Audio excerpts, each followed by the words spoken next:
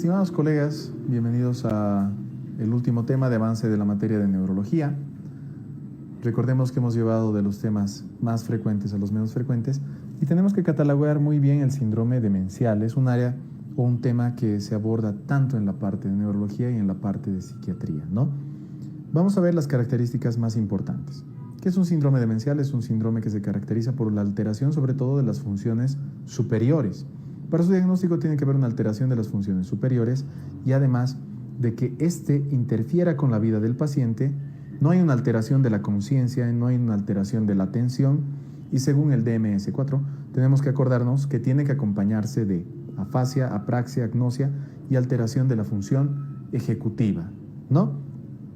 Se acompaña también de alteración de la conducta y del estado de ánimo, pero obviamente secundario es esto, algo que de los pacientes se dan cuenta, ¿no? Sobre todo son pacientes ancianitos, la mayor parte, y se van a dar cuenta que se olvidan cosas que antes no se olvidaban, que ya no tienen el mismo orden, que están empezando a descuidarse de sus hábitos, entonces pues van a entrar en un estado depresivo. Pero en sí el concepto de demencia es alteración de las funciones superiores que no va a interferir en la conciencia, sí altera la conducta de los pacientes, no altera la atención de los pacientes y que se acompaña de afasia, apraxia, agnosia o de la función ejecutiva en cuanto que la misma esté alterada. Clínica. ¿Qué va a tener el paciente? Como hemos mencionado, apraxia, afasia, agnosia, inicia con un deterioro de la memoria remota, luego va a haber los cambios en la memoria a largo plazo, etcétera, y cambios en la personalidad de los pacientes. ¿Cómo es el pensamiento de estos pacientes? Es incoherente. Están con un ánimo depresivo por lo que les está pasando. Tienen comienzo brusco, pueden tener olvidos, sigue una alteración de la memoria reciente, luego de la memoria remota, ¿no? Vamos viendo. El diagnóstico, pues es clínico. Tenemos que valorar al paciente, a la familia, tenemos que preguntar desde cuándo está pasando los problemas, desde cuándo el paciente está descuidando, desde cuánto se olvida más cosas de lo común, etcétera, y realizar estudios también de neuropreservación, que son el Mini Mental Test de Folstein y también el mini examen. Si tenemos, estos son exámenes cognitivos, un puntaje menor a 24, pues nos orienta al cuadro demencial. Ahora, ¿qué tienes que saber también de demencia? Toda la información obviamente que estoy brindando, tienes los detalles dentro de los ABCMEDs, pero ¿qué tienes que saber y organizarte bien para entender este tema? Es si la demencia es por una afectación cortical, subcortical o en la parte axial. La parte axial sobre todo se da por déficit nutricionales, ya sea de B12 o mucho consumo de alcohol, etc. Pero recordemos las corticales que son muy frecuentes. Afectan, o sea, la corteza frontal, temporal, parietal y el hipocampo. De ese sector está proviniendo la alteración que te produce la demencia. Afecta las funciones superiores, entonces va a haber afasia, apraxia, agnosia, calculia. Y los más frecuentes, y de lejos la más frecuente característica o enfermedad de demencia es la enfermedad de Alzheimer. También puede haber una demencia frontotemporal o de PIC. Las subcorticales, que va a afectar los ganglios basales, hay asimetría, afecta los movimientos y también el estado de ánimo de los pacientes. ¿Qué enfermedades podemos tener acá? ¿Qué relación con demencia? La enfermedad de Parkinson idiopática, no solamente se va a referir a la parte de los movimientos, también a la parte cognitiva. La enfermedad de los cuerpos de Lewy, la supranuclear progresiva. Y las axiales, pues que va a haber alteraciones en la memoria reciente, los pacientes están desorientados y sobre todo vemos de Wernicke-Korsakoff y la encefalitis herpética, ¿no? Vamos viendo. ¿Qué tenemos que hacer en todo paciente que tenga estos síntomas demenciales? Estudios de todo. Tenemos que indagar porque puede ser otro tipo de patologías que estén produciendo la demencia y las demencias generalmente progresan, son tratables en cuanto a mantener la calidad de vida del paciente, pero hay otro tipo de demencias que sí se pueden tratar y revertir. Tenemos que ver esas porque esas tenemos que tratar. Y las reversibles serán pues las demencias por hipotiroidismo, entonces pedimos hormonas tiroideas, déficit de B1 y B2, entonces pedimos la valoración, la mesuración de las mismas. Se puede ver a la triada de Hacking-Adams, ¿no? La hidrocefalia normotensiva de los pacientes después de un trauma, entonces también podemos corregir esa. Se puede ver a infecciones, se puede ver a tumores encefálicos o a uso de drogas o fármacos. Y ahora pues las irreversibles serán las que vamos a ver a continuación y las que se tienen que tratar sobre la calidad de vida del paciente, pero estas Las irreversibles son las que tenemos que tratar de identificar, porque estos pacientes, si tratamos el cuadro de base, pues los sacamos del cuadro demencial. La enfermedad de Alzheimer es de lejos la enfermedad demencial más frecuente. ¿Qué vamos a encontrar? Pues cuando estudiamos más a detalle hay placas seniles y los nudos neurofibrilares, pero eso que vamos a ver en el estudio anatomopatológico, ¿no? Células corticales que van a estar atrofiadas, ovillos neurofibrilares y placas seniles. ¿Qué tienen esos pacientes? Pues van a perder la corteza, o sea, van a perder esa sustancia neuronal, ese contexto neuronal. Entonces, ¿qué va a pasar? Se atrofia, ¿no? Cuando hacemos los estudios de imagen, como podemos ver, acá hay atrofia importante. Hay pérdida importante de la actividad de la acetilcolina.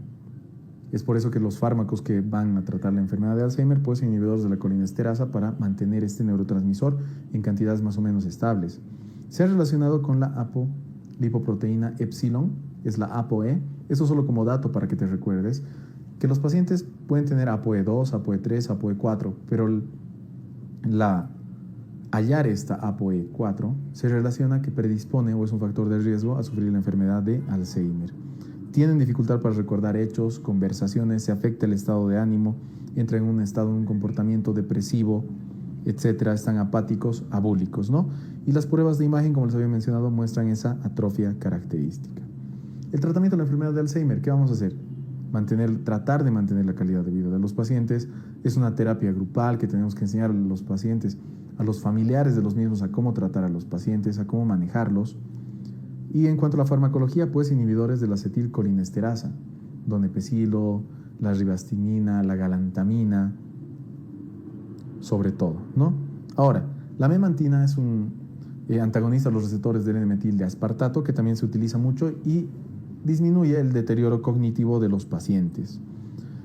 Y también tratar la conducta o los trastornos que estén teniendo en el mismo con antipsicóticos, ¿no? Enfermedad de Pick.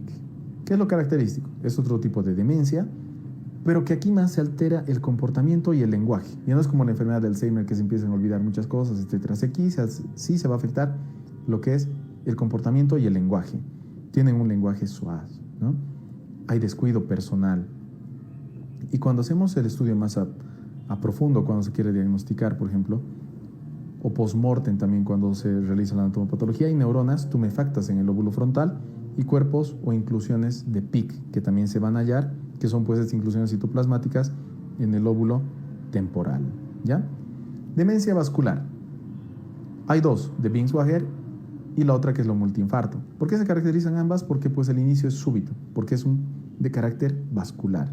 Binswanger hay afectación difusa de la sustancia blanca y lo característico aquí es hallar una leucoariariosis. Ahora, ¿qué vamos a ver en encefalopatía multiinfarto? Su inicio es brusco, como les había mencionado, y hay signos de focalidad neurológica.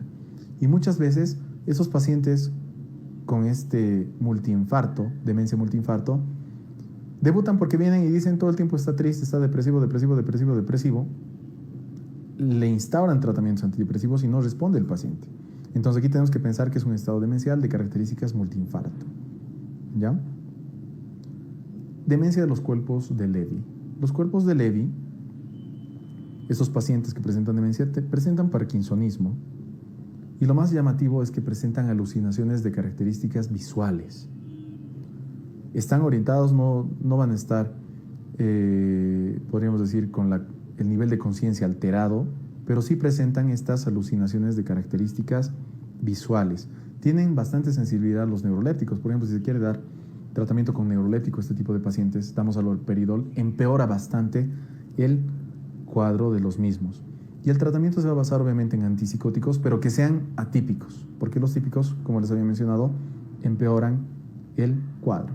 Y por último, acabando ya la parte de neurología, vamos a mencionar esta enfermedad que es de Creutzfeldt-Jacobs, que una de las variedades era la enfermedad de las vacas locas que apareció hace un par de años y que es una enfermedad por priones o proteínas. Se relaciona con el gen PRP y que tenemos que acordarnos que el estudio anatomopatológico es muy característico porque se van a ver una alteración espongiforme de las neuronas. Es una demencia rápidamente progresiva, no responde al tratamiento por lo que es de bastante mal pronóstico y se caracteriza por la ataxia cerebelosa y mioclonías que presentan los pacientes. El diagnóstico se da por estudio anatomopatológico Y también podemos mencionar como dato característico es el aumento de la proteína 14:3:3. No, como les había mencionado, no existe un tratamiento específico, es por eso que se considera una demencia de mal pronóstico. Con esto hemos llegado al final del avance de la materia de neurología. Recuerda estudiar los temas siempre enfocándolos así, ¿no? Hacerte un par de conceptos claros, ver la diferencia entre las distintas patologías, ya sea de cualquiera de los temas, de las cefaleas, como diferencia de la tensional de la migraña o de las trigeminautonómicas. De la epilepsia tenemos que conocer muy bien los conceptos, diferenciar una convulsión, qué es una crisis, qué es un estatus, etcétera, cómo vamos a tratar las mismas. De las crisis convulsivas, diferenciar cuáles son las parciales de las generalizadas. Tenemos que diferenciar muy bien las mismas, cuáles son por problemas idiopáticos o secundarios, otras patologías. Recuerda muy bien que en el traumatismo cráneoencefálico y de médula tenemos que seguir el protocolo del ABCDE, realizar buenos estudios de imagen para un buen diagnóstico y tratamiento.